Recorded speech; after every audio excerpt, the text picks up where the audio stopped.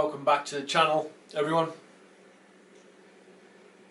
I'm here today to pay my respects to my dear friend Mark Firmin, who sadly passed away a little less than 2 weeks ago now. I knew Mark from the age of 16. I knew him for 24 years.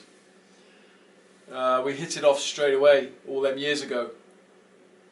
One of the reasons was because his father, Rusty Ferman, was in the SAS, as was my own father, so we had a lot in common. And that commonality grew over the years. We loved music, dance, and we loved to party. Yeah, we partied a lot.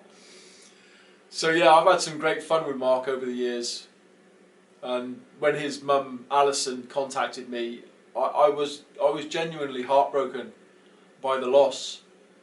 I hadn't felt like that since the death of my identical twin brother Paul 7 years ago. So yeah, it's been a bit of a terrible time. Yeah, his father Rusty, his mother Alison, his brother Matt are all beside themselves, shocked. He was found dead at the bottom of the stairs. Matt found him dead at the bottom of the stairs. They had this sense that something was wrong, so they went over to his place, and yeah, he was found dead at the bottom of the stairs. I'll always remember Mark, not just for the parties and the music, but for our days out. We had some fantastic days out, me and Mark. We'd drive through Herefordshire to the lower Wye Valley, in through to mid Wales. We'd explore and you know, pull up, find a spot, have a brew, and we'd have a great time, a good laugh. He loved nature, he loved being out, just like many of us. You know, he had mental health issues, but I tell you what, once he was out there in the nature, out in the countryside, all them issues tended to melt away. So yeah, great memories of some really good times. This tribute video, I start off with one of my most memorable outings with Mark at this old farm which we found in the Wye Valley. Some of you may not have even seen this, so I'll put a link above and down below, but others will remember Mark from this adventure in mid Wales. So I start the tribute at the farm where there's 1950s TV and all the bottles of drinks and medicine and invoices. We found these invoices which really did tell the story of the farm. It was fascinating. So I start the tribute at the farm, and then I move through to a talk by Jordan Peterson about friendship, about what friendship is. And Mark was a good friend. I'm going to miss him. After which I finish off on a drive up to Gospel Pass, and Mark and I pulled in and had a nice brew, enjoying the views of the western escarpment of the Black Mountains. Yeah, it was fantastic. Alright guys, remembering Mark, I loved him, he was a good friend. I hope you enjoy the video and get some sense of the friendship that we had over the years. Alright, take care.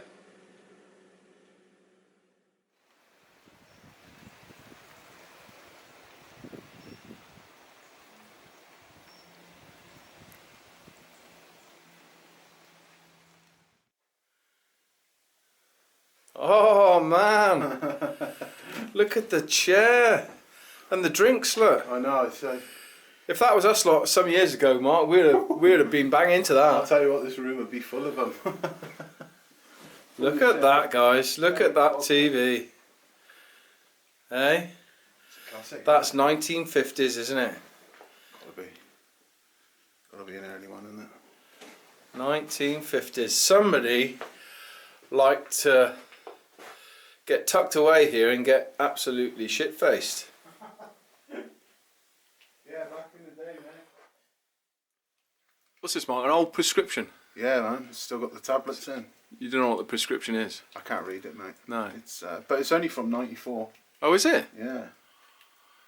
Oh, so this may not have been vacated that long. Yeah, either that or someone's just brought it Oh, in. it makes sense.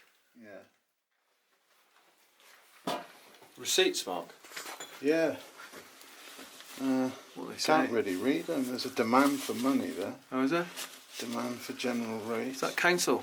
It's that old. It's an old money, look. 1958. 958. It's all in old money, look. 2 and Right. 6. Oh, Look at this. that's amazing. Corn and flour merchant. That's Shopping amazing. list. Shopping list. Local, both well. Sort Well, of well, it. well. There's loads of them. How amazing.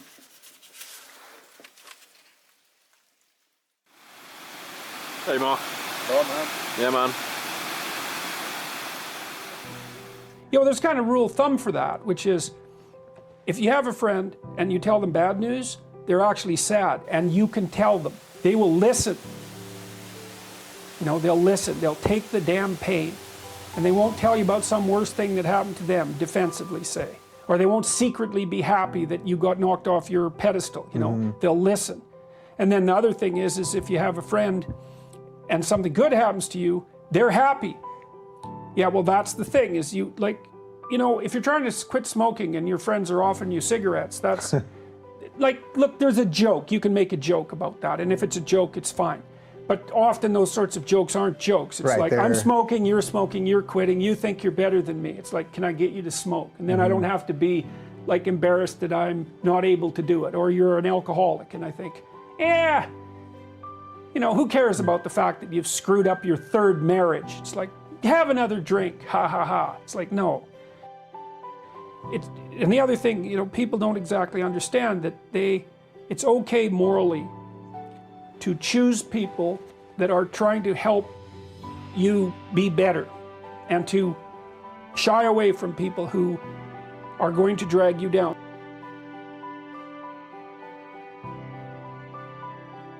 You want the best for the best in them.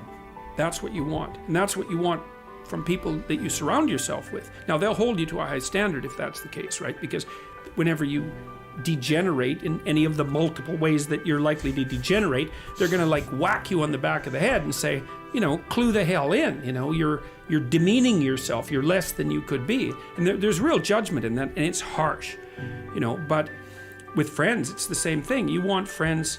They're not friends if they're not these people.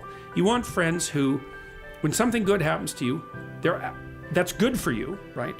They're happy about that. They're not like all bitter and resentful underground and like saying horrible things behind your back and telling you how they did something that was better and trying to drag you down. It's like, that's not helpful. And then when something bad happens to you and you go to them and you say, look, this terrible thing happened to me. First of all, they don't try to top it with some like horrible thing that happened to them, because they don't have the patience to listen. And second, they're not secretly gloating about the fact that catastrophe finally befell you. It's like they're actually hurting.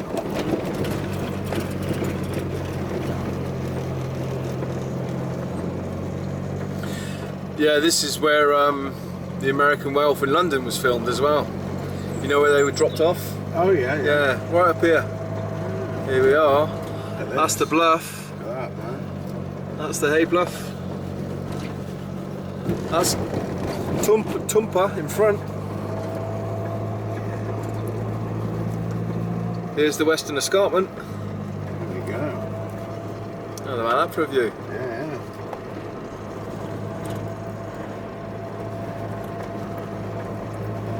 You can park up here, Mark, and just pull up and have a. Well, yeah. Well, further on down. Yeah. Tea.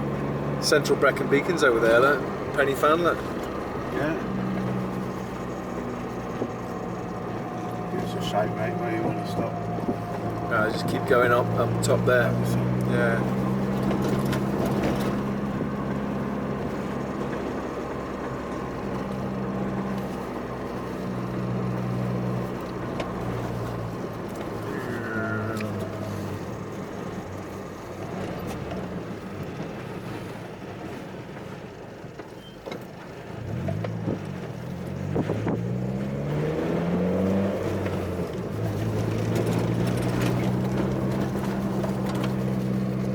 I remember this.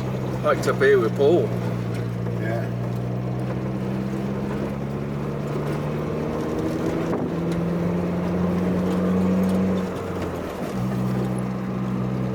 There's American Werewolf in London turning right here. Right here, look. This is where they got dropped off. You remember the film? Yeah. Check it out.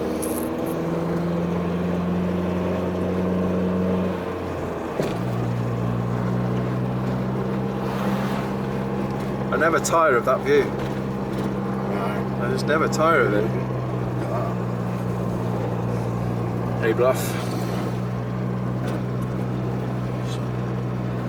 Used to be loads of hang gliders coming off there on a Yeah. day like this. Not so many nowadays. All paragliders now. Right, there's the outlet. Stopping in. Yeah.